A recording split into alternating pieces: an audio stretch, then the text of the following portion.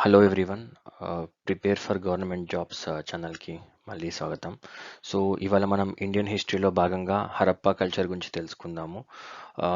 And దీంట్లో మనం హరప్పా కల్చర్కి వెళ్ళే ముందు ఫస్ట్ ఆఫ్ ఆల్ శిలాయుగాలు, ఎన్ని శిలాయుగాలు ఉన్నాయి, అండ్ పాత శిలాయుగం అంటే ఏంటి, మధ్య శిలాయుగం అంటే ఏంటి, నూతన శిలాయుగం అంటే ఏంటి, లోహయుగం అంటే ఏంటి, వీటి గురించి తెలుసుకుందాం. దాని తర్వాత సింధు నాగరికత, దానికి పేరు ఎలా వచ్చింది, అక్కడ నగర నిర్మాణాలు ఎలా ఉంది, భవనాలు ఎలా ఉన్నాయి, సో మళ్ళీ తర్వాత వాళ్ళ ఆహార అలవాట్లు ఏంటివి, ఎలాంటి జంతువులు వీళ్ళు మచ్చిక చేసుకున్నారు, దుస్తులు, ఆభరణాలు, ఇలా సింధు నాగరికతలో ఉన్న ప్రతి ఒక్క టాపిక్ గురించి మనము డీటెయిల్గా మనము చూద్దామండి. అండ్ మీకు తెలుసు కదా, సింధు నాగరికత గురించి డెఫినెట్గా ప్రతిసారి కూడా ఎగ్జామ్లో మనకు ఒక క్వశ్చన్ అనేది పక్కా వస్తుంది. అండ్ సరే, ఇంకొకటి మనం తీసుకుంటే ఆ, ఇది ప్రిలిమ్స్ పాయింట్ ఆఫ్ వ్యూలో కాకపోయినా మెయిన్స్ పాయింట్ ఆఫ్ వ్యూలో కూడా ఇంత డీటెయిల్గా తెలుసుకోవడం అనేది చాలా అవసరం. ఎందుకంటే డెఫినెట్లీ అక్కడి యొక్క సంస్కృతే ఇప్పటి వరకు కూడా మన నిర్మాణాలలో కానీ, లేకపోతే మనం జీవించే విధానంలో కానీ ముడిపడి ఉంది. సో డెఫినెట్లీ ఇది తెలుసుకోవడం చాలా ఇంపార్టెంట్ అండి. సో మనం ఇప్పుడు ఇంట్రడక్షన్ స్టార్ట్ చేసుకుందాము. సో మన దేశంలో ఆదిమ మానవుడు సుమారు 5 లక్షల ఏళ్ల క్రితం ఆవిర్భవించినట్టు తెలుస్తుంది. నాగరికత పరిణామ చరిత్రలో లిపి వాడుకలోకి రాక పూర్వపు యుగాన్ని చరిత్ర యుగమని, పూర్వయుగంగాను, దాన్ని ప్రీహిస్టారిక్ ఏజ్ గాను, లిపి వాడుకలోకి వచ్చిన రాత ప్రారంభమైనప్పటి నుండి చారిత్రక యుగంగాను నిర్ణయించడమైంది. సో ఇక్కడ మనం చూసుకుంటే టూ ఇంపార్టెంట్ థింగ్స్ వచ్చేసి, స్క్రిప్ట్ అంటే రాత రాయడం తెలియక ముందు వచ్చేసి అంతా కూడా ప్రీ హిస్టారిక్ ఏజ్ అంటామండి. దాన్నే చారిత్ర పూర్వయుగంగా అంటాము తెలుగులో అయితే. అండ్ లిపి వాడుకలోకి వచ్చిన తర్వాత అంటే రాత ప్రారంభమైనప్పటి నుంచి కూడా హిస్టారికల్ ఏజ్గా దాన్ని అనుకుంటాం. సో ఎప్పుడన్నా ఎగ్జామ్ పాయింట్ ఆఫ్ వ్యూ ఇస్తే ఇది కూడా చూసుకోండి. నెక్స్ట్, చరిత్ర పూర్వయుగంలో మానవుడు అనాగరికుడు. ఆహార అన్వేషణ నుండి నాగరికుడిగా మార్పు చెందడానికి అనేక వేల సంవత్సరాలు పట్టింది. ఆదిమ మానవులు రాతపూర్వకంగా ఏమీ మిగిల్చినప్పటికీ తమ నిత్య జీవితంలో తయారు చేసిన, వాడిన ఆయుధాలు, పరికరాలు భారతదేశంలో ప్రథమంలో శివాలిక్ కొండల ప్రాంతాల్లోనూ, పంజాబ్లోని వాయువ్య భాగాన పశ్చిమ సమతంలోనూ లభించాయి. ఇటీవల రాజపుత్ర స్థానము, గుజరాత్, ఎగువ నర్మదా లోయ, ఒరిస్సా, దెక్కన్, కర్ణాటక, ఆంధ్రప్రదేశ్, తమిళ దేశాల్లో ఆదిమ మానవుని పనిముట్లు దొరికాయి. అవునండి, ఇప్పుడు వాళ్ళ గురించి ఎలా తెలుసుకున్నాము ఆదిమ మానవుల గురించి అంటే, వాళ్ళకు రాత రాలేదు, వాళ్ళకు రాయడం తెలియదు. అయినా కానీ వాళ్ళు వాడిన వస్తువులు కానీ, వాళ్ళు ఆ టైంలో యూజ్ చేసిన హంటింగ్ కోసం యూజ్ చేసిన ఐటమ్స్ కానివ్వండి, వీటన్నిటిని బట్టి ఇవి తవ్వినప్పుడు ఓకే, వీళ్ళు ఈ ఏజ్లో ఇది యూజ్ చేస్తుంటారా, ఇలా ఇలా వాళ్ళు జీవనం గడిపి ఉంటారా అని చెప్పేసి మనము ఆ వాటి ద్వారా కూడా మనం తెలుసుకున్నామండి, అతనేం రాయనప్పటికీ కూడా. ఇప్పుడు శిలాయుగాల గురించి తెలుసుకుందామండి. ఆదిమ మానవుడు పనిముట్లు తయారీకి వాడిన రాయి, వాటి రకాల ఆధారంగా ఆదిమ మానవుల యుగాన్ని 4 భాగాలుగా విభజించారు.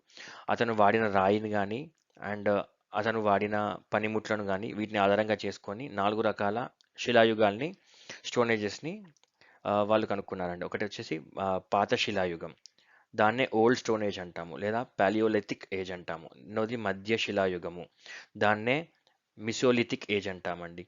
అండ్ నూతన శిలాయుగము, న్యూ స్టోన్ ఏజ్, అండ్ లోహయుగము, మెటల్ ఏజ్. సో వీటి గురించి వన్ బై వన్ మనం ఇప్పుడు నెక్స్ట్ తెలుసుకుందాం వీడియోస్లో.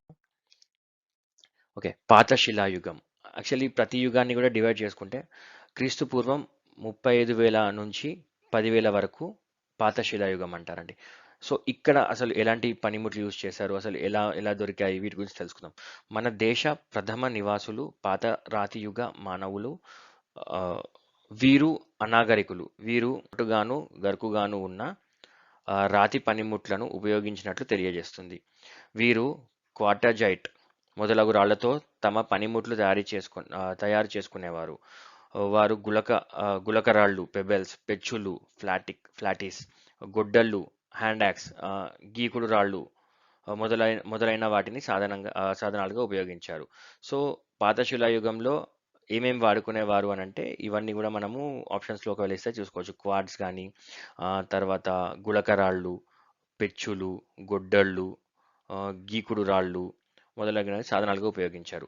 మొదట్లో మనుషులు ఆహారం కోసం జట్లుగా ఒక చోటు నుంచి మరో చోటికి సంచరిస్తూ దేశదిమ్మరులుగా జీవించేవారు, తిరిగేవారు. సో ఈ యుగ మానవుడికి వేటాడుట, ఆహార సేకరణ మాత్రమే తెలుసు. గృహ నిర్మాణం తెలియదు. ఎక్కువగా అడవుల్లో, చెట్ల కింద, కొండ చర్యలలో, గుహలలో వీరి నివాసాలు. వీరు జంతువులను వేటాడి చంపి వీటి మాంసాన్ని తినేవారు. మొదట్లో వీరు నిప్పు చేయడం తెలియదు. ఆహ్, నిప్పు చేయడం కూడా తెలియదు. ఓకే. కాయలు, పండ్లు కనిపిస్తే కోసుకొని తినేవారు. వ్యవసాయం చేయటం తెలియదు. ఆకులతో, చెట్లు, బెరడుతో, చర్మంతో శరీరం కప్పుకునేవారు. మరణించిన వారి కెట్టి అంత్యక్రియలు చేయడం కూడా తెలియదు. మృత కళేబరాన్ని ప్రకృతికే వదిలేసేవారు. ఓకే. క్రమంగా 2 కర్రలను రాపాడించి నిప్పు చేయటం తెలుసుకున్నారు. నాటి మానవునికి కళా జ్ఞానం లేకపోలేదు. భీంబెట్కా కొండల్లో కర్నూలు, రాయఘర్ నందుల సారీ, కర్నూలు, రాయఘర్ నందలు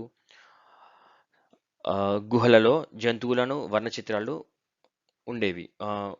కేవలం శిలా పనిముట్లే కాక ఎముకలు కూడా ఉపయోగించినట్లు కర్నూలు, బేతంచెర్ల గృహాల తవ్వకాల్లో తెలియజేస్తున్నది. ఓకే. పాత పాతరాతి యుగం, సుదీర్ఘమైన యుగం. ఈ పాతరాతి యుగ మానవుని అవశేషాలు శివాలిక్ కొండ సమీపమున గల సోహాన్ నది లోయలో దక్షిణ దేశమున పల్లవరం, మధురై, తంజావూరు, బళ్ళారి, కర్నూలు, గుంతకల్లు మొదలగు ప్రాంతాల్లో లభించినవి. ఈ శిలాయుగ మానవుడు కొన్ని వేల సంవత్సరాలు నివసించెను. ఆ, పెక్కు పనిముట్లను, అవశేషాలను వదిలి వెళ్ళను. వారు ఎలా ఉంటారు, వారు ఏ జాతికి చెందినవారో తెలియదు. కానీ ఈ యుగ మానవుడు నీగ్రో జాతికి చెందినవాడని తెలియజేస్తున్నది. వీరు పొట్టివారు, నల్లని రంగు, బిరుసైన శిరోజాలు, చట్టి ముక్కులు కలిగి ఉంటారు. వీరు ప్రస్తుతం అండమాను దీవుల్లో ఈ జనాలకు పూర్వీకులై ఉంటారని ఒక ఇది ఉందండి. సో ఇక్కడ మనము ఈ దీంట్లో ఇంపార్టెంట్ పాయింట్ తీసుకుంటే వాళ్ళు ఎలాంటి పనిముట్లు యూజ్ చేసేవాళ్ళు అనేది ఒకటండి. రెండోది వాళ్ళకు గృహ నిర్మాణాలు తెలియదు. వాళ్ళు ఎక్కడెక్కడ జీవించేవారు. అండ్ అసలు వాళ్ళకి ఫైర్ అంటే కూడా తెలియదు మొదట్లో. అండ్ క్రమక్రమంగా క్రమక్రమంగా 2 కర్రలను రాపాడించి నిప్పు చేయడం తెలుసుకున్నారు. కాకపోతే వీరికి కళా జ్ఞానం లేకపోలేదు. వీరికి రాయడం రాకపోయినా వాళ్ళు జంతు చిత్రాలను గుహలలో వేయడము, తర్వాత ఎముకలను కూడా ఉపయోగించి కొన్ని విగ్రహాలు లాంటివి తయారు చేయడము, వాటి మీద షార్ప్ వాటితో గీయడము, ఇలాంటివి చేస్తున్నారు. ఇవన్నీ ఎక్కడ దొరికాయి ఇలా? సో ఇలాంటి క్వశ్చన్స్ వస్తాయండి. లైక్ ఎక్కడెక్కడ దొరికాయి అంటే మన దగ్గర కర్నూలు, బేతంచెర్ల గుహలలో తవ్విన తవ్వకాల వల్ల తెలియజేస్తుంది. సో ఒకవేళ మీకు పాత శిలాయుగంచి క్వశ్చన్స్ వస్తే ఇలా రావచ్చు. ఎలాంటి ఉపయోగించేవారు అండ్ వాళ్ళు యూజ్ చేసిన ఐటమ్స్ అనేవి ఎక్కడ దొరికాయి అనేటివి కూడా మీకు రావచ్చు. నెక్స్ట్ వచ్చేసి మధ్యశిలాయుగం, సూక్ష్మ రాతి యుగం, క్రీస్తు పూర్వం 10,000. ఓకే. క్రమంగా మానవునికి తన పరిసరాలను గూర్చిన అవగాహన పెరిగింది. మంచి నేర్పు, ఆలోచన పెరిగి తనకు అవసరమైన పనిముట్లను ఇసుక శిలలు, ఇతర రాళ్లతో కూడిన చిన్న సైజువి తయారు చేయడం నేర్చుకున్నాడు. ఈ పరికరాలకు కొయ్య, ఎముక పిడులు అమర్చి రకరకాల పనులకు వీటిని వాడటం నేర్చుకున్నాడు. ఇతడు ఉపయోగించిన రాతి పనిముట్లను సూక్ష్మరాతి పనిముట్లు అనేవారు. సూక్ష్మరాతి పనిముట్లు. సో మధ్యశిలాయుగం. సో రాతి యుగం అనడంలో సూక్ష్మరాతి పనిముట్లను అంటారు. సో ఎముకల నుంచి తీసుకున్న వాటిని కర్రలకు అమర్చి పిడులుగా తయారు చేసుకొని యూజ్ చేసేవారు అన్నమాట. సో ఈ యుగ మానవులు ఆహార అన్వేషణ నుండి స్వయంగా ఆహారంను సమకూర్చుకుంటకు సంకల్పించింది. స్థిర నివాసం మొదలైంది. ఇక్కడే మనకు స్థిర నివాసం మొదలైన కాలం ఏంటి అంటే మధ్యశిలాయుగంలో. ఆహారం కోసం జంతువులను మచ్చిక చేసిరి. పశువులను, కుక్కలను, పందులను పెంచినారు. మొదట్లో వాళ్ళు పెంచుకునే పశువులను, కుక్కలను, పందులు. ఓకే. గవ్వలతో, పూసలతో తయారు చేసిన ఆభరణాలు ధరించేవారు. ఇక్కడే ఆభరణాలు ధరించాలి అనే జ్ఞానం ఉండేది. ఇంతకుముందు ఏంటి, చెట్టు బెరళ్ళు అవి ఇవి కప్పుకొని వాళ్ళు నివసించేవారు గుహలలో. ఇప్పుడు వీటి గురించి. సో ఈ యుగంలోనే మతం ప్రారంభమైనట్లు కనబడుతుంది. మతం కూడా ప్రారంభమైంది ఎప్పుడు అనంటే మధ్యశిలాయుగంలో.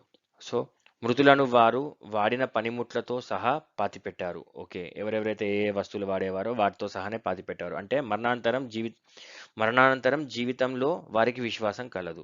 చనిపోయినాక కూడా ఇంకొక జీవితం ఉంటుంది అనే ఒక విశ్వాసం వాళ్ళకు ఉండేది. తమిళనాడు, ఆంధ్ర, గుజరాత్, మహారాష్ట్ర, బెంగాల్, సింధు, మధ్యప్రదేశ్, పంజాబ్, బీహార్ రాష్ట్రాల్లో మధ్యశిలాయుగ స్థావరాలు బయలుపడ్డాయి. ఓకే. నెక్స్ట్ నూతన శిలాయుగం, క్రొత్త రాతి యుగం, క్రీస్తు పూర్వం 10,000 నుంచి 5,000 వరకు. ఈ యుగంలో మరింత ప్రగతిని సాధించాడు. మానవ జీవితంలో స్థిరత్వం దృఢమైంది. అతడు ఉపయోగించిన పనిముట్లు శిలానిర్మితమైనప్పటికీ అవి పదునుగాను నునువుగాను ఉండటంచే ఈ యుగంను క్రొత్త నూతన శిలాయుగం అని పిలిచిరి. పంటలు పండించడం, పశువుల పెంపకంతో పాటు మొదట చేతితో, తర్వాత చక్రంతో కుండాలు తయారు చేసుకొనుట. సో కుండను స్టార్ట్ చేసింది ఎప్పుడు అంటే నూతన శిలాయుగంలో.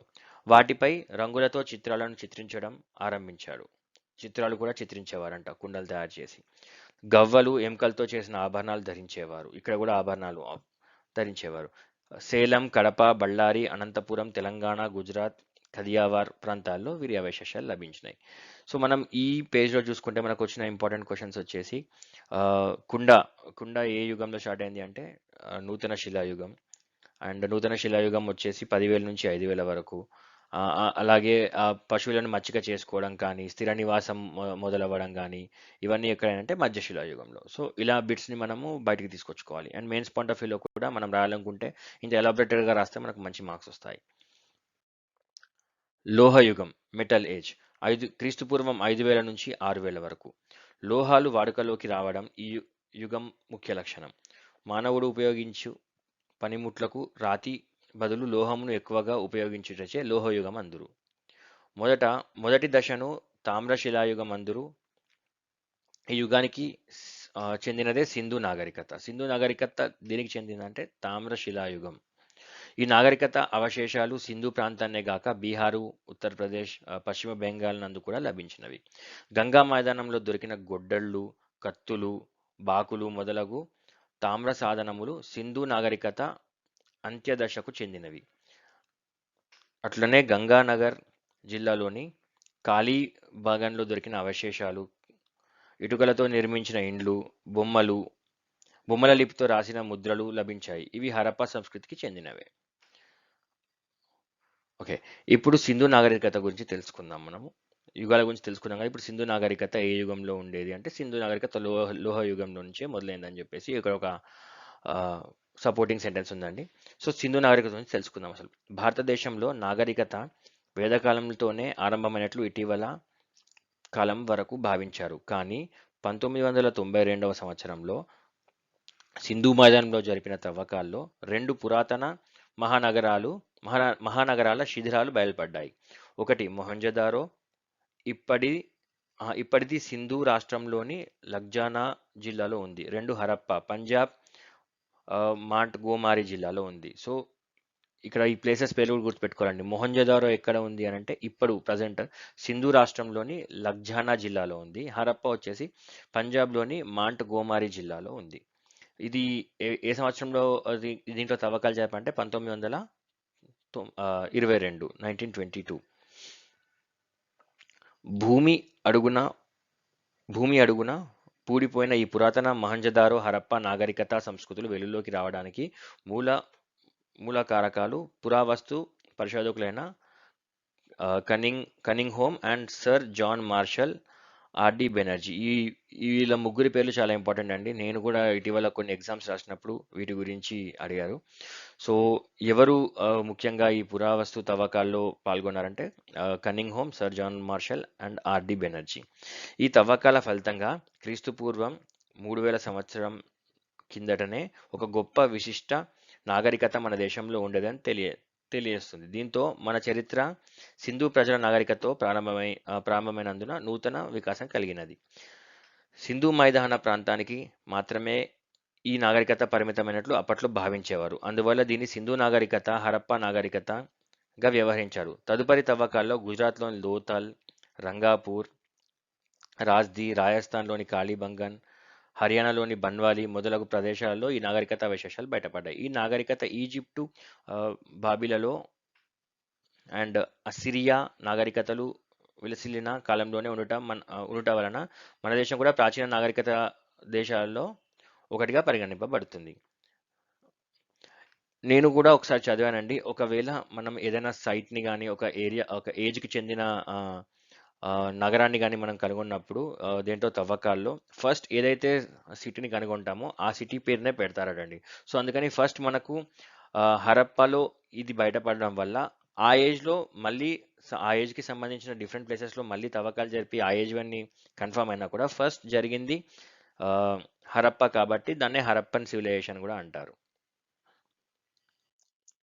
పేరు ఈ నాగరికత సింధు లోయలో వర్ధిల్లిన నాగరికత అగుటచే సింధు లోయ నాగరికత అని సర్ జాన్ మార్షల్ పేరు పెట్టాడు. ఇందాక మనం పేరు కూడా ఎలా వస్తుందని అనుకున్నాం కదండి, ఇలాగే. మొహంజదారో మొహంజదారో అంటే మృతుల పురం లేదా దిబ్బ అని అర్థం. సో నేను కూడా ఒకసారి చదివానండి మొహంజదారోకి అర్థం ఏంటి అనేది. సో ఇలాంటి క్వశ్చన్స్ కూడా వస్తాయి, ఈ మొహంజదారో అనే అర్థం ఏంటి. సో ఇన్ డీటెయిల్గా మనం చదువుకుంటే మనకు ఒక బిట్ కవర్ అవుతుంది అలాగే. సో హరప్ప పట్టణం నందు ముఖ్యంగా వెల్లి విరిచిన మొహంజదారో హరప్పా నాగరికత అని కూడా పిలిచేది. ఇటీవల కాలంలో పంజాబ్లోని రూపర్, గుజరాత్లోని రంగాపూర్, లోథల్, ఉత్తరప్రదేశ్లోని హస్తినాపూర్ వద్ద జరిపిన తవ్వకాలందు సింధు నాగరికత అవకాశాలు కనపరిచే ఈ నాగరికతకు సింధు ప్రాంతానికే పరిమితం కాగా మిగిలిన ఉత్తరాపద మరియు వ్యాప్తి చెందినట్లు తెలియజేస్తుంది. అందువలనే కెఎన్ దీక్షిత్ ఇది ప్రాచీన భారత నాగరికత, ప్రోటో ఇండియన్ సివిలైజేషన్ అని పేర్కొన్నారు. ఈ నాగరికత లోహయుగంలో తామ్రశిలాయుగానికి చెందినది. ఇది కూడా ఇంపార్టెంట్ అండి. ఇందాక అన్నాం కదా సింధు నాగరికత ఏ యుగంకి అంటే లోహయుగంలో తామ్రశిలాయుగానికి చెందినది. మళ్ళీ అందులో కూడా ఇంకా తామ్రశిలాయుగం అని ఉంటుందట, దాంట్లోకి చెందినది. సో నగర నిర్మాణం, సో వాళ్ళ నగర నిర్మాణాలు ఎలా ఉండేవి.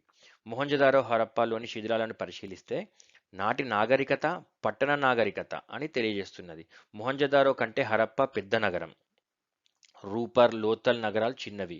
మొహంజదారో హరప్పాలోని పట్టణ నిర్మాణంను బట్టి వారు నగర నిర్మా వారు నగర నిర్మాణాలందు ఆరితేరిన వారని తెలుసుకోవచ్చు.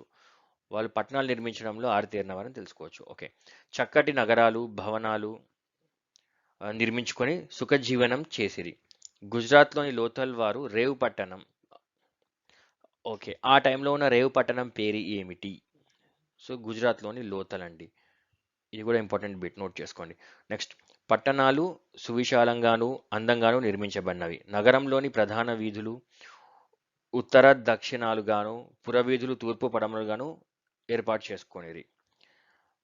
ఆ టైంలో వాళ్ళ నగర నిర్మాణంలో మనకు కనిపించేది ఏంటిది ముఖ్యంగా అని నేను ఈ బిట్ని చదివానండి ఒకసారి. సో ఎగ్జామ్ పాయింట్ ఆఫ్ వ్యూలో ఈ క్వశ్చన్ అడిగారు. సింధు నాగరికత టైంలో నగరాలు ప్రధాన వీధులు తూర్పు పడమరంగాను ఉంటాయా, ఉత్తర దక్షిణంగాను ఉంటాయా. సో ఇది చాలా ఇంపార్టెంట్. మళ్ళీ ఒకసారి చదువుతున్నాను. నగరంలోని ప్రధాన వీధులు ఉత్తర దక్షిణంగాను, పురవీధులు తూర్పు పడమరగాను ఏర్పాటు చేసుకునేది. నగరంలోని వీధులు దీర్ఘ చతురస్రాకారపు భాగాలుగా విభజింపబడెను. వీధులు సువిశాలంగాను బండ్ల రాకపోకలకు అనుకూలంగాను ఉండేవి. మొహంజదారో హరప్ప నగరాల్లో రెండు ప్రధాన భాగాలుండేవి. పశ్చిమాన మెరక ప్రాంతంలో దుర్గం, తూర్పున పల్లపు ప్రాంతంలో పురనివాసం భాగం ఉండేది. పశ్చిమాన మెరక ప్రాంతంలో దుర్గం, తూర్పున పల్లపు ప్రాంతంలో పౌర నివాసం భాగంగా ఉండేది. ఇక్కడి దుర్గాలు అష్టముఖ దుర్గాలు.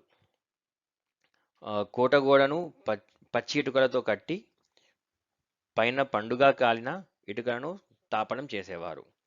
దుర్గాల దుర్గాల కోటగోడలు పునాదుల వద్ద 13.5 మీటర్లు వెడల్పుగా ఉండి పైకి వెళ్ళిన కొలది వెడల్పు తగ్గుతూ ఉండేది. సో కింద 13.5 మీటర్ల వెడల్పుగా ఉండి పైకి వెళ్ళిన కొలది వెడల్పు తగ్గుతూ ఉండేది. దుర్గాల కోటలకు పునాదులు ఇవి. సో ఇది కూడా ఒక ఇంపార్టెంట్, ఎన్ని మీటర్లు ఉండేవి అని కూడా ఇచ్చేవారండి ఒకవేళ టఫ్గా ఇవ్వాలనుకుంటే ఇన్డెప్త్గా. ఓకే, ప్రభుత్వ భవనాలు సాధారణంగా కోటలోనే ఎత్తైన వేదికలపై నిర్మించేవారు. నగరంలో ప్రతి వీధిలోనూ ఒక బావి, వీధుల వెంబటి దీపపు స్తంభాలు, నగరంలో మురుగునీరు బయటకు వెళ్ళటకు భూగర్భాన ఇటుకలతో కట్టిన కాలువ, దాన్నే drainage system. So drainage system కూడా ఇంపార్టెంట్. ఇవన్నీ ఉండేయండి. సో వీళ్ళ నగర నిర్మాణం ఎంత అద్భుతంగా ఉందో ఒకసారి ఈ పారాగ్రాఫ్ చూస్తే మనకు తెలుస్తుందండి. సో దీంట్లో ఇంపార్టెంట్గా అండర్లైన్ చేసినవన్నీ కూడా ఎగ్జామ్ పాయింట్ ఆఫ్ వ్యూలో వచ్చే అవకాశం ఉంది. ఒకసారి నగర నిర్మాణం కూడా మీరు స్క్రీన్ షాట్ తీసుకొని చూసుకోవచ్చు. నెక్స్ట్, వాళ్ళ భవనాలు ఎలా ఉండేవి అసలు. ఈ నగరంలోని భవనాలను నివాస గృహాలు, పెద్ద భవనాలు, పౌర నిర్మాణాలు అని 3 భాగాలుగా విభజించారు. ఒకటి నివాస గృహాలు అందరు ఉండేటి, నెక్స్ట్ పెద్ద పెద్ద భవనాలు అండ్ పౌర నిర్మాణాలు, పబ్లిక్ బిల్డింగ్స్. లైక్ ఇప్పుడు మన ఆఫీసులు ఉంటాయి కదా అలా అన్నమాట. సో గవర్నమెంట్ ఆఫీసులు. సాధారణంగా వీధులకు రెండు వైపులా నివాస గృహాలు, దుకాణాలు ఉండేవి. సింధు నది వరదల భయంతో భవనాలు సాధ్యమైనంత వరకు మెరకపైన మెరకపైననే నిర్మించేవారు. సంపన్నుల గృహాలు 2 లేక 3 అంతస్తులుగాను, సామాన్యులవి సామాన్యులవి చిన్న ఇండ్లు లేదా 2 గదులు కలిగి ఉండేవి. 2, 3 అంతస్తుల గృహాలు కూడా ఆ కాలంలో ఉండేటండి. ఇప్పుడు మన అపార్ట్మెంట్స్ లాగా. సామాన్యులకు మాత్రం 2 గదుల ఇల్లు కలిగి ఉండేవి. ఓకే. ఇళ్ల నిర్మాణానికి కాల్చిన ఇటుకలను వాడేవారు. కాల్చిన ఇటుకలను వాడేవారు. పెద్ద పెద్ద గృహాలతో మండువాలో మండువాలో గిళ్ళ వలె మధ్యలో పెరడు ఉండి దాని చుట్టూ గదులుండేవి. పెద్ద భవనాలలో వంటలకు, స్నానానికి, పడకకు, నాకాలు నివసించేందుకు ప్రత్యేకించి గదులు ఉండేటివి. ఈ కాలంలో విల్లా లాగా అన్నమాట. సో వంటకు, స్నానానికి, పడక గదులకు రకరకాలుగా గదులు ఉండేటివి. ప్రతి ఇంటికి మరుగునీటి పారుదల సౌకర్యాలు ఉండేటివి. ఇండ్లకు కిటికీలు ఎక్కువగా ఉండేవి కావు. సో ఈ పాయింట్ ఇంపార్టెంట్ అండి. ఇళ్లకు కిటికీలు ఎక్కువగా ఉండేవి కావు. కిటికీలు ఉండేవి కాబట్టండి. అంతస్తులు అంతస్తులు గల ఇండ్లలో పై అంతస్తు నుండి నీటి పారుదలకు గొట్టాలు కలవు, డ్రైనేజ్ పైప్స్. ప్రతి ఇంటికి బావి ఉండేది. అయితే కూలీలు ఇండ్లన్నిటికీ కలిపి ఒకే బావి ఉండేది. ఓకే, కూలీలు ఇండ్లు. సో మనం అనుకోవచ్చు ఈ కాలంలో లైక్ స్లమ్ ఏరియాస్ లాగా అనుకోండి. సో వాళ్ళకైతే ఊరందరికి కలిపి, ఇప్పుడైతే ప్రతి ఇంటికి ఒక బోర్ ఉన్నట్టుగా ప్రతి ఇంటికి ఒక బావి ఉండేది ఆ కాలంలో, కొంచెం గొప్ప వాళ్ళవి. సో కూలీలందరికీ కూడా ఇలా వచ్చేసి అందరికీ ఒకే బావి ఉండేది. ఓకే, లోతల్లో 6 మీటర్ల పొడవు, 12.7 మీటర్ల వెడల్పు ఉన్న గదులు వరుస బయటపడింది. లోతల్లో 6 మీటర్ల పొడవు, 12.7 మీటర్ల వెడల్పు గల గదుల వరుస బయటపడింది. బహుశా ఇవి దుకాణాలై ఉండవచ్చు. మన గిడ్డ రోడ్ మీద ఇట్లా షటర్లు ఉంటాయి కదా, ఆ టైప్లో అనుకోండి వరుసగా. రైట్, అది ఎక్కడ బయటపడింది అంటే లోతల్లో. ఇది కూడా ఇంపార్టెంట్ పాయింట్ అండి. లోతల్లో దుకాణాల వరుస బయటపడింది. ఓకే. పౌర నిర్మాణాలు. సింధు ప్రజలు నిర్మాణం కౌశలం వారి పౌర నిర్మాణంలో ప్రతిఫలించును. సాధారణంగా ఇటువంటి భవనాలు కోటలోనే ఉండేవి. మొహంజదారో నిర్మాణాలన్నింటిలోనూ చెప్పుకోదగినది. గొప్ప స్నానవాటిక, ద గ్రేట్ బాత్ ఇంగ్లీష్లో అంటారు దీన్ని. ఇది మొహంజదారోలో ఉంది. ఇది చాలా క్లిష్టమైన నిర్మాణం. దీని మధ్య భాగంలో 11.7 11.7 మీటర్ల పొడవు, 6.9 6.9 మీటర్ల వెడల్పు, 2.4 మీటర్ల లోతు ఉన్న కొలను ఉంది. ఈ కొలను గురించి కూడా నేను చాలాసార్లు ఎగ్జామ్లో చూశానండి. దాని వెడల్పు ఎంత అనేది 11.7, 6.9 అండ్ 2.4. సో ఇది చాలా ఇంపార్టెంట్ అండి. ఇది గుర్తుపెట్టుకొని నోట్ కూడా చేసుకోండి. ఇలాంటివన్నీ కూడా ఎగ్జామ్ ముందు ఒకసారి జస్ట్ చూసుకొని వెళ్తే మనకు ఒకవేళ వచ్చేది ఉంటే మనం అటెంప్ట్ చేయొచ్చు ఇలాంటి నెంబర్స్ కూడా. ఓకేనా. నెక్స్ట్, దీనికి దక్షిణ దిశల్లో మెట్లను ఏర్పాటు చేశారు. ఒక బావి నుంచి ఈ కొలంలోకి నీటిని పంపేందుకు మరో మార్గం నుంచి నీరు బయటకు వెళ్లేందుకు ఏర్పాట్లు చేయడం ఒక విశేషంగా చెప్పాలి. ఇప్పుడు మనకు స్విమ్మింగ్ పూల్ ఉన్న సిస్టమ్ అప్పుడే ఉందటండి. లైక్ ఒక బావి నుంచి నీళ్ళు వస్తాయంట, మళ్ళీ స్నానాన్ని చేసిన తర్వాత ఆ మురికి నీళ్ళన్నింటిని బయటికి పంపించడానికి ఇంకొక ప్యాసేజ్ అంటే బయటికి పంపించేందుకు ఉందంట. సో వాళ్ళ టెక్నాలజీ చూడండి అప్పుడే ఆ కాలంలో. హరప్పాలో 50.7 మీటర్ల పొడవు, 40.5 మీటర్ల వెడల్పును కట్టిన ధాన్యాగార భవనం ఒక విశిష్ట నిర్మాణం. సో ద గ్రేట్ బాత్ వచ్చేసి మొహంజదారోలో ఉందండి. అండ్ ధాన్యాగారం ధాన్యాగారం వచ్చేసి హరప్పాలో ఉందండి. ఇది కూడా ఇంపార్టెంట్. ధాన్యాగారం ఎంత పొడవు ఉంది, ఎంత వెడల్పు ఉందంటే 50.7 మీటర్ల పొడవు, 40.5 మీటర్ల వెడల్పు ఉంది. ఇదే నగరంలో 2 వరుసలుగా కార్మిక నివాస గృహాలు నిర్మించడం జరిగింది. ఈ నగరాలలో బయలుపడిన పెద్ద భవనాలను ప్రభుత్వ కార్యాలయాలుగాను, సత్రాలుగానో, ప్రార్థనా మందిరాలుగానో వాడి ఉండవచ్చు. ఈ పెద్ద పెద్ద భవనాలంటే ఇవి ప్రభుత్వ కార్యాలయంగానో, లేకపోతే సత్రాలుగానో, ఎవరన్నా వచ్చినా పోయినా ఉండడానికి సత్రాలుగానో, లేకుంటే ప్రార్థనా మందిరాలుగానో ఉపయోగించి ఉండొచ్చు అని అన్నారు. ఓకే. తర్వాత భూగర్భ మరుగు పారుదల పథకం. సో వీళ్ళు అసలు వాటర్ని ఎలా యూజ్ చేసేవాళ్ళు, కన్జర్వేటివ్ ఎలా పంపించేవాళ్ళు, మళ్ళీ అసలు వీళ్ళ వాడకం ఎలా ఉండేదో ఒకసారి చూద్దాం దీనిలో. సో సింధు నగరాల్లోని సౌకర్యాలన్నిటికంటే భూగర్భ మరుగు పారుదల పథకం ఏర్పాటు అద్భుతమైన విషయంగా చెప్పాలి. నాటి సింధు నగరాలలో వీధులన్నీ వేసవితో దుమ్ముతోనూ, వర్షాకాలంలో బురదతోనూ నిండి ఉండేవి. ప్రతి వీధిలోనూ భూమిలో ఇటుకలతో మరుగునీటి పారుదల కాలువను నిర్మించేవారు. ఇళ్లలోంచి మరుగునీటి మరుగునీరు మట్టి గుట్టాల ద్వారా ఈ కాలువలోకి ప్రవహించేది. సో డ్రైనేజ్ సిస్టమ్ అండి ఇది. ఈ కాలవలన్నీ నగరానికి వెలుపల సింధు నదితో కలిసేవి. ఇంతటి సమర్థవంతమైన మరుగు పారుదల నిర్మాణం ప్రపంచ చరిత్రలో మరే ప్రాచీన నగరాలలో లేదు. ఈ నిర్మాణం నాటి సింధు ప్రజల సాంకేతిక ప్రతిభకు నిదర్శనం. సో నాకు ఇక్కడ ఒక పాయింట్ చెప్పాలనిపిస్తుంది. ఏంటంటే మనం ఎందుకు ఈ గవర్నమెంట్ జాబ్స్కి ఎక్కడెక్కడో ఉన్న సింధు నాగరికత గురించి తెలుసుకోవాలి ఏంటి అని అంటే, ఎస్ వాళ్ళు కూడా టెక్నాలజీ యూజ్ చేశారు. అండ్ వాళ్ళు పీపుల్ మేనేజ్మెంట్ కానీ లేకపోతే ఇలా భూగర్భ జలాలను ఎలా కన్సిడర్, సో బేసిక్స్ నుంచి మనం నేర్చుకోవచ్చు అసలు మన ఇండియాలో ఎలా చేసేవారు ఏంటి అసలు. అండ్ మీరు చూసే ఉంటారు అసలు ఈ పారుదల నిర్మాణం అసలు ప్రపంచంలో ఏ ప్రాచీన నగరాల్లో కూడా లేదంట. సో అంత బ్యూటిఫుల్ నిర్మాణాలు, తర్వాత అంత టెక్నాలజీ ఆ టైంలోనే యూజ్ చేశారు. సో డెఫినెట్లీ మనం ఇలాంటివన్నీ చదువుకుంటా పోతే ఈ కాలంలో మళ్ళీ అప్లై చేయడానికి పనికొస్తుంది. ఎస్, ఒకప్పుడు ఇలా చేసేవారు, ఇలాంటిదే మనం ఏమన్నా ఇంకా అడ్వాన్స్గా చేస్తే మన ప్రజలకు ఉపయోగపడుతుంది అని చెప్పేసి. సో ఎస్, ఇలాంటి బిట్స్ అనేది కూడా చాలా ఇంపార్టెంట్ మనము తెలుసుకుంటూ పోతే. నెక్స్ట్, ప్రజా జీవితం, సాంఘిక ఆర్థిక పరిస్థితులు. సో ఎలా ఉండేటివి? సో సింధు ప్రజలు ఎక్కువ పట్టణవాసులైనప్పటికీ గ్రామాల్లో కూడా నివసించి ఉండేవారు. నాటి ప్రజల ముఖ్య వృత్తి వ్యవసాయం. ఇక్కడ ఇంపార్టెంట్ బిట్, సింధు నాగరికత ప్రజల ముఖ్య వృత్తి వ్యవసాయం. ఈ నాగరికత విస్తరించిన ప్రాంతమంతా ఆ రోజుల్లో సస్యశ్యామలం, పంటలు పుష్కలంగా ఉండేవి. గోధుమలు, బార్లీ, ధాన్యం పండిస్తూ ఉండేవారు. ఆ టైంలో ఎక్కువగా పండించే పంటలు ఏంటివి? గోధుమలు, తర్వాత బార్లీ. ఓకే, పత్తి కూడా పండించినట్టు తెలుస్తుంది, కాటన్.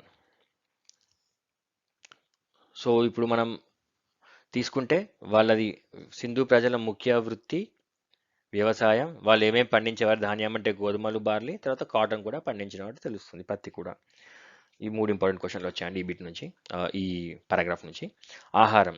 సింధు ప్రజలు శాకాహార, మాంసాహార ప్రియులు. Vegetarian, non vegetarian.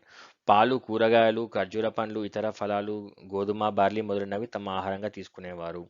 అట్లనే గొర్రె, కోడి, పంది, ఎద్దు మొదలగు జంతువుల మాంసాలు, చేపలు, గుడ్లు కూడా సింధు ప్రజలు ఆహారంగా తీసుకునేవారు. ఆహార అలవాట్లు కూడా ఇంపార్టెంట్ అండి. సింధు ప్రజలు ఎలాంటి వాళ్ళు తినేవారు ఏంటివని కూడా. ఓకేనా.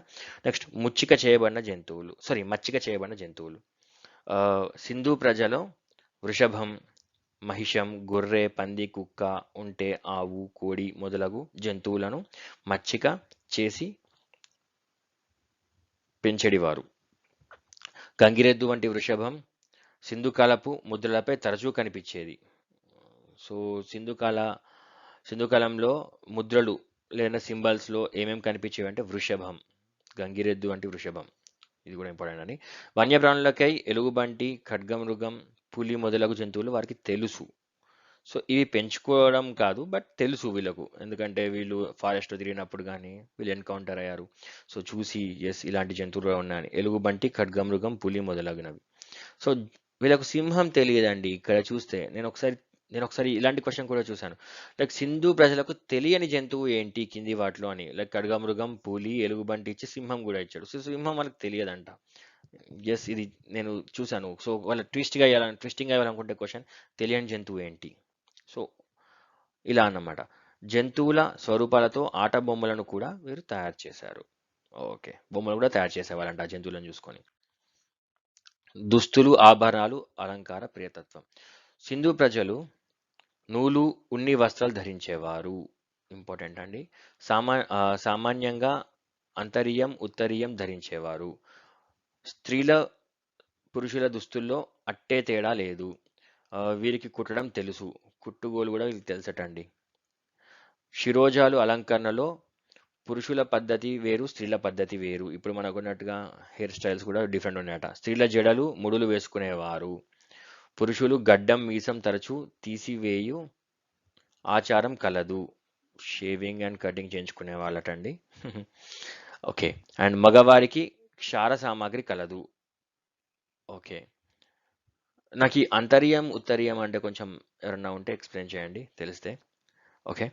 అండ్ సింధు ప్రజలు అలంకార ప్రియులు. స్త్రీ పురుష అనుభేదం లేకుండా వీరు ఆభరణాలను ధరించేవారు.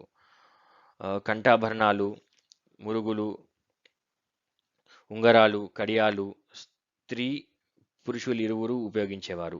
కానీ దిద్దులు, ముక్కు పుడకలు, అందెలు, వడ్డానం, మట్టెలు, చెవిపోగులు మొదలైనవి స్త్రీలు మాత్రమే ధరించేవారు. ఈ ఆభరణాలు బంగారం, వెండి, రాగి, దంతము మొదలైన వాటితో విలువైన అమెజాన్, ఎగేటు, జిప్సర్ మొదలగు రాళ్లతో తయారు చేయబడినవి. ఓకే. వీళ్ళు ఎలాంటి రాళ్ళను ఉపయోగించారంటే అమెజాన్, తర్వాత ఎగేటు, జిప్సర్ మొదలగునవి. అండ్ ఎలాంటి ఇవి మెటీరియల్స్ యూజ్ చేయాలంటే బంగారము, వెండి, రాగి, దంతము. ఓకే. స్త్రీలు సాధారణంగా జడలు అల్లుకునేవారు. పైగా అద్దము, దువ్వెన, కాటుక, సుగంధ లేపనము, జడపిన్నులు, పెదవులకు రంగు, లిప్స్టిక్, అలంకార సామాగ్రి వారు ఉపయోగించిరి. సో లిప్స్టిక్, ఇది కూడా నేను క్వశ్చన్ చదివాను. లిప్స్టిక్ అనేది కూడా వీళ్ళు యూజ్ చేసేవారంటండి స్త్రీలు. ఏ కాలంలో అంటే సింధు నాగరికతం. అద్దము, దువ్వెన, కాటుక, సుగంధ లేపనం, జడపిన్నులు ఇలాంటివన్నీ ఉపయోగించారు. కనుకనే అలంకార ప్రియతత్వములో నాటి సింధు స్త్రీలు నేటి తమ సోదరీమణులకు ఏ విధంగానూ తీసిపోరు అని ఒక సి మజుందర్ అనే పండితుడు పేర్కొన్నట. In culture of beauty they are not far behind their sisters of present day. Okay. గృహ సామాగ్రి, ఇక అలంకారం నుంచి తర్వాత వాళ్ళు గృహ సామాగ్రి, వినోదాలు, అసలు ఇళ్లలో ఎలాంటి సామాగ్రిని వాడేవారు అండ్ వినోదం కోసం ఎటువంటి గేమ్స్ ఏమైనా ఆడేవారా అని తెలుసుకుందాం. సో ఇళ్లలో ఉపయోగించిన సామాగ్రిని రాయి, మట్టి, దంతం లేదా లోహంతో తయారు చేసినవి. ఇనుప లోహం వారికి తెలియదు. తెలియని లోహం ఏంటిది సింధు ప్రజల కంటే? ఇనుప లోహం వారికి తెలియదు. సో కుర్చీలు, బల్లలు, మంచాలు, దారుశయ్యలు వంటి సామాగ్రితో ఇళ్లను అలంకరించేవారు. మట్టి పాత్రలను రంగుల చిత్రాలతో అలంకరించేవారు. నృత్యం, వేట, పాచికలాట, చదరంగం, ఎద్దుల పొట్లాట, ఎద్దుల వినోదాలు, ఈలలు, గిలకలు, బండ్లు, జంతువుల బొమ్మలు, మనుషుల బొమ్మలు, పిల్లల ఆట వస్తువులు.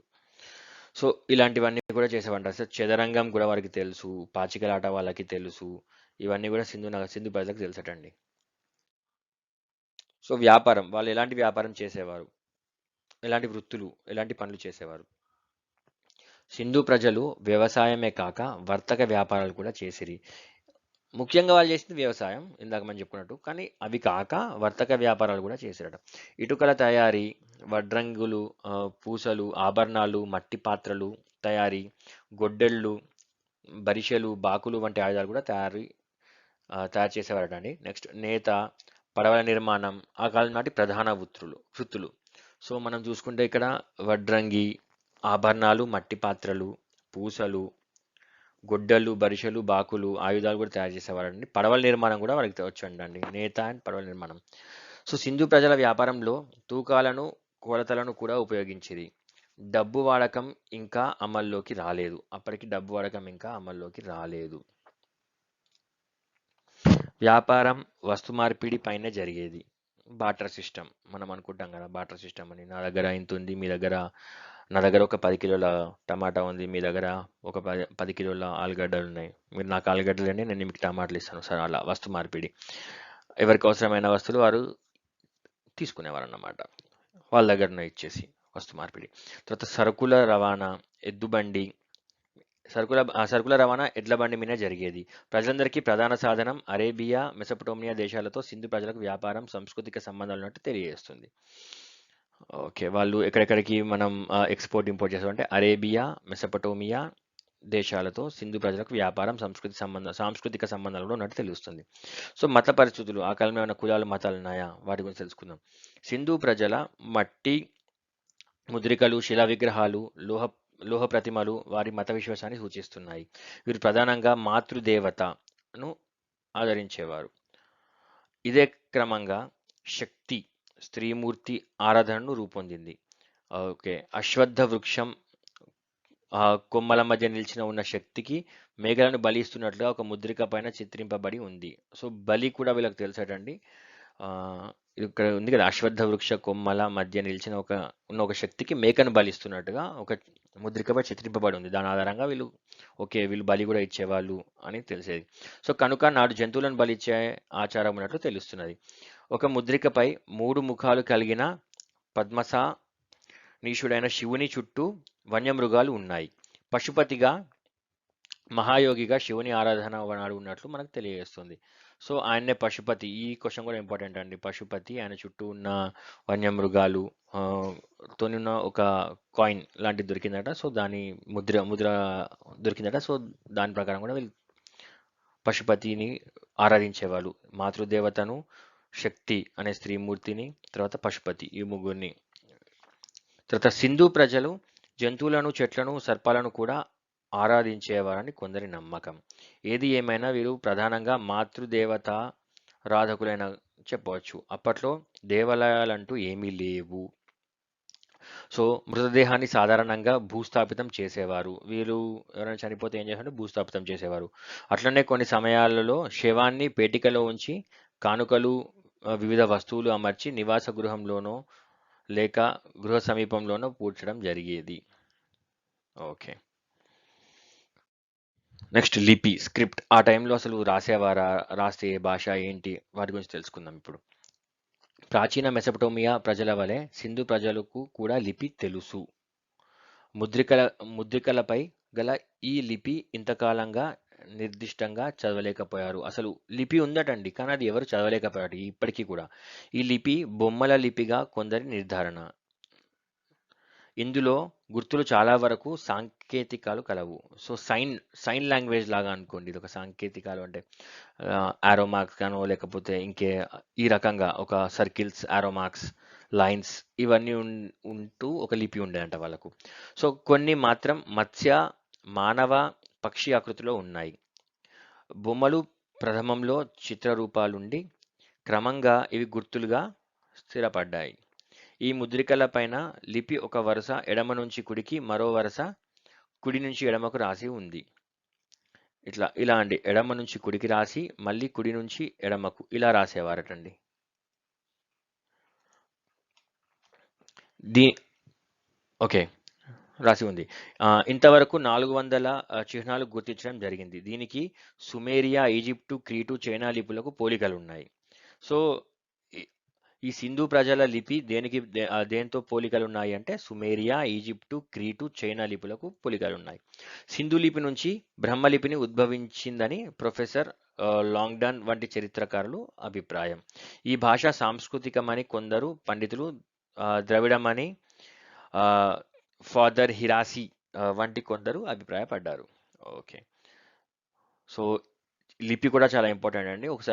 మళ్ళీ ఒకసారి దీంట్లో చూసుకొని దాంట్లో ఇంపార్టెంట్ పాయింట్స్ ఏమేమి ఉన్నాయి. మత్స్యము, మానవ ఆకృతిలో, పక్షి ఆకృతిలో కొన్ని ఉండడము, తర్వాత ఎక్కువగా యూజ్ చేసే సైన్. అండ్ వీళ్ళ లాంగ్వేజ్ ఎలా ఉందంటే ఎడమ నుంచి కుడికి, మళ్ళీ కుడి నుంచి ఎడమకు. ఇది కూడా ఇంపార్టెంట్ పాయింటే. అండ్ తర్వాత ఎవరితోని పోలికలు అంటే సుమేరియా, ఈజిప్టు, క్రీటు, చైనా లిపులకు పోలికలు ఉన్నాయి. ఓకే. క్షీణత గల కారణాలు. మరి అంత మంచి సింధు నాగరికత ఉండి, అంత టెక్నాలజీ ఉండి, అంత మంచిగా నగరాలు నిర్మించుకొని, అంత సౌకర్యంగా ఉన్న వాళ్ళు ఎలా క్షీణించిపోయారు? ఎలా అసలు వాళ్ళ అంతం జరిగింది అనేది మనం తెలుసుకుందాం. సో హరప్పా సంస్కృతి నశించడానికి కూడా స్పష్టమైన కారణాలు చెప్పలేం. సింధు ప్రజలలో సహజంగా ఉన్న సాంప్రదాయ ప్రేతత్వమే అభివృద్ధి నిరోధకమై ఈ నాగరికతను క్షీణించిందని స్టూవర్ట్ పిగ్గట్ వంటి పురాతన శాస్త్రవేత్తలు విమర్శ. సింధు నది వరదల వల్ల ఈ సంస్కృతి నిర్మూలమై ఉండవచ్చని కొందరు చరిత్రకారులు భావిస్తున్నారు. తర్వాత ఆర్యగణాలు ఈ నాగరికతను నిర్మూలించి ఉండవచ్చని మరికొందరు చరిత్రకారులు అభిప్రాయపడ్డారు. ఈ సంస్కృతి కేవలం సింధు లోయకు మాత్రమే కానందువలన సింధు నది వరదల వల్ల సంస్కృతి నిర్మూలించబడదని భావించటకు వీలు లేదు. సో అవునండి, ఇప్పుడు ఒకవేళ వరదలు వచ్చి పోతే మనకు క్వశ్చన్ ఇక్కడ, వరదలు వచ్చిపోతే మరి కొన్ని ఏరియాస్లో మాత్రమే పోవాలి. కానీ సింధు నాగరికత మనం అనుకున్నట్టు చాలా డిఫరెంట్ స్టేట్స్లో కూడా ఉంది. సో మరి ఆ ప్లేసెస్లో కూడా వరదలు ఒకటేసారి వచ్చాయా? లేవు. సో ఇది అయి ఉండకపోవచ్చు. సో ఇంకోటి, ఆర్యులు వచ్చేసి వీళ్ళను వీళ్ళను చంపేయడము, లేకపోతే వీళ్ళను అక్కడి నుంచి పారద్రోలి దాన్ని టేక్ ఓవర్ చేయడము, ఇలాంటివి అనేది.